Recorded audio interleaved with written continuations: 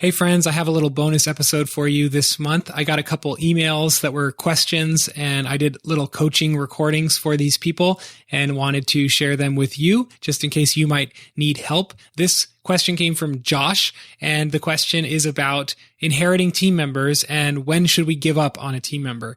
Now, if you are helped by this kind of coaching, I wanted to let you know that I'm going to be launching a 10-week online mentorship program. I'm going to be taking a small group of worship leaders through 10 weeks of curriculum to help them grow in their calling and then also answer some questions like these. If you're interested in being part of the first mentorship, go to worshipministrytraining.com/mentor, worshipministrytraining.com/mentor, fill out the form and I'll get back to you.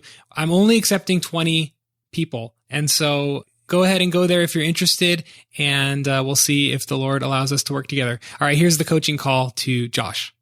Hey, Josh, this is Alex from Worship Ministry Training, and I know you said you're not really available for a phone call today, and I won't be available tomorrow, so I figured I would just record you a quick little voice memo answering your question as best as I can with the information that I have.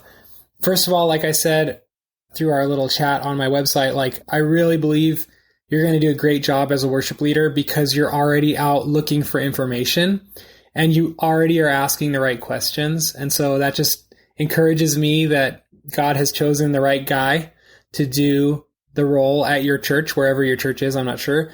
But you're going to do a great job because you're seeking to grow, you're being humble, you're looking for help and information. And those kind of people, as long as you stay humble, can be used greatly by the Lord. And so I'm excited for you to step into this leadership role.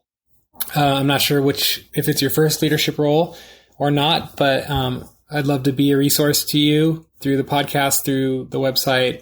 I'm actually going to be launching a mentorship for worship leaders pretty soon. But yeah, man, I just love helping worship leaders. And so I'm excited to help somebody who's hungry to grow. And the question you're asking in the email is, you onboarded some team members right when you took over, and now you're realizing one of them is not spiritually ready and the other one isn't a fit into a worship team voice style. And you're asking basically, should I go back on them or do I do my best to invest in them and pray that God will bring the team closer to where he wants it to be with them involved? Okay, so here's how I would answer that. And trust me, I had this exact problem 3 years ago. I came to my new church and I inherited a team, and a bunch of the people on the team were not really the type of singers or musicians that I want to play with. But here's what I'll say. One, God doesn't give up on people, right? Like God never gave up on me. God never gave up on you. And he likes to take us from where we are to where we need to be. And so unfortunately for the leader, that means that we have conversations with people to help them see where we want them to be. It can be incredibly uncomfortable and nobody likes to do that. But here's what I would suggest you do. Before you pinpoint these particular individuals and sit them down and say, here's what I need from you, I would make sure that you've been clear to the whole group, the whole team, what you need them to be and what you need them to do. So, hey guys, we're going to have a meeting and I want to share my vision for our ministry. Here's what we need from you spiritually, where each of you needs to be at spiritually with the Lord. These are the types of characteristics and the types of people that we are asking you to be. If you feel like you're not there, then let me know. Let's talk about that. And that could open a dialogue with that person who's spiritually not quite ready.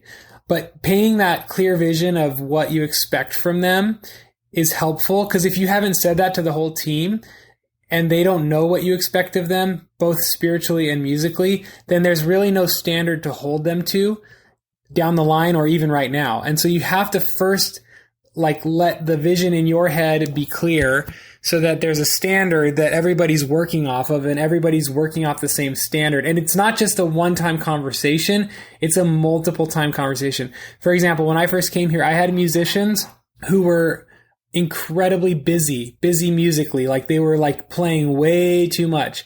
And I promise, Josh, I probably said, hey guys, we need to simplify. Hey, simpler is better. For 2 years straight, before they even started to like grasp the concept and internalize it. And as I got clearer and clearer with the vision, the people who didn't really want to go forward with me fell off the back of the train. And I do talk about that in the episode I recommended that you listen to. The episode is called 13 Ways to Win When Starting at a New Church, because it talks about inheriting a team. I think I even wrote a chapter of a book that I haven't released yet and maybe never will, but I'll send that to you in the email as well, because I think I wrote about inheriting a team. So yeah, create a clear vision, continue to reiterate what you're expecting. And then if people aren't hitting that vision, then you can have private conversations with them like, hey, I noticed that your social media posts haven't been very godly. Let's talk about that. Like, how can we honor the Lord in our social media posting? How can I help you understand that better? Those types of posts aren't acceptable for a team member. Why? Because we represent Jesus to our church. We represent Jesus. We're leadership. We're spiritual leadership of our church. We stand on a platform. Blah, blah, blah. Then you start to have those conversations. And in your conversations with these people, you're always for them. You're always for the people. So I would just encourage you to be for your team. And also, I did an episode called How to Have Hard Conversations with Your Team. And so you can check that out as well. And I'll put a link in the email back to you. But it's not easy to have hard conversations, but you will never have the team you want if you do not have those conversations. So it's not confrontation. It's called speaking the truth in love. You're for the person. You want the best for the person, and you want to help them grow. Just like God continues to be faithful and wants to help us grow, he points out our flaws and he gives us 25 chances. Now, here's the thing. If somebody can't keep up, it should become abundantly clear that they are not hitting the standard. Like, you should be so clear with what the standard is that eventually they realize, you know what, this isn't working for me. This isn't for me, and I'm not keeping up, and I gotta step down. Or if they refuse to step down, then you'll have to say, hey, look, we've had this conversation 25 times. Like, I just don't think this is the right team for you anymore. And so I'm going to ask you to serve in a different part of the church. You're still loved. It's just, this isn't a great fit. Now, for the vocal person, same kind of situation. Like, hey, I need you to work on your blending. Can you please tone back the vibrato? And always tell them why. Always explain why. Because if they don't understand why, then they won't really buy into what you're asking them to do. But if you say, hey, your vocal style, your vibrato it draws attention to itself, and it doesn't blend with the other singers. And in a church setting, we don't want to draw attention to ourselves. We want to blend. So, please, can you work on that? And then I'll be very honest with you. In 2 weeks, I'll let you know if you're doing better or if you need to continue to work on that.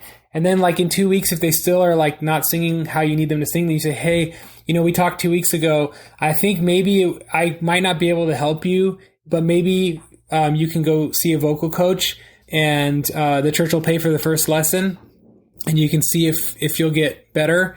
But if you continue to draw attention to yourself through your vocal style, then I don't know if it'll work out. So again, those conversations are horrible, and it feels all knotted inside. Your heart's all, knotted, and your stomach's all knotted, and you're just like, ugh. But that's what it means to be a leader. You've got to take the team where you need them to go. I would say that you got to give people a chance. You got to set a clear vision and expectations, and then you got to have conversations with them and be patient with them. And hopefully you'll win your brother, or sister in a sense. You'll win them. You'll get the team member you want. But I've lost a few team members over the years that I've been at my church. They just haven't wanted to continue for whatever reason. Maybe 2 or 3 of them, maybe 4 of them. And in those cases, it usually is a blessed subtraction, So don't lose heart, but do everything in love. So, man, I hope this helps you. And cool. Thanks for letting me speak into your leadership. All right, bye.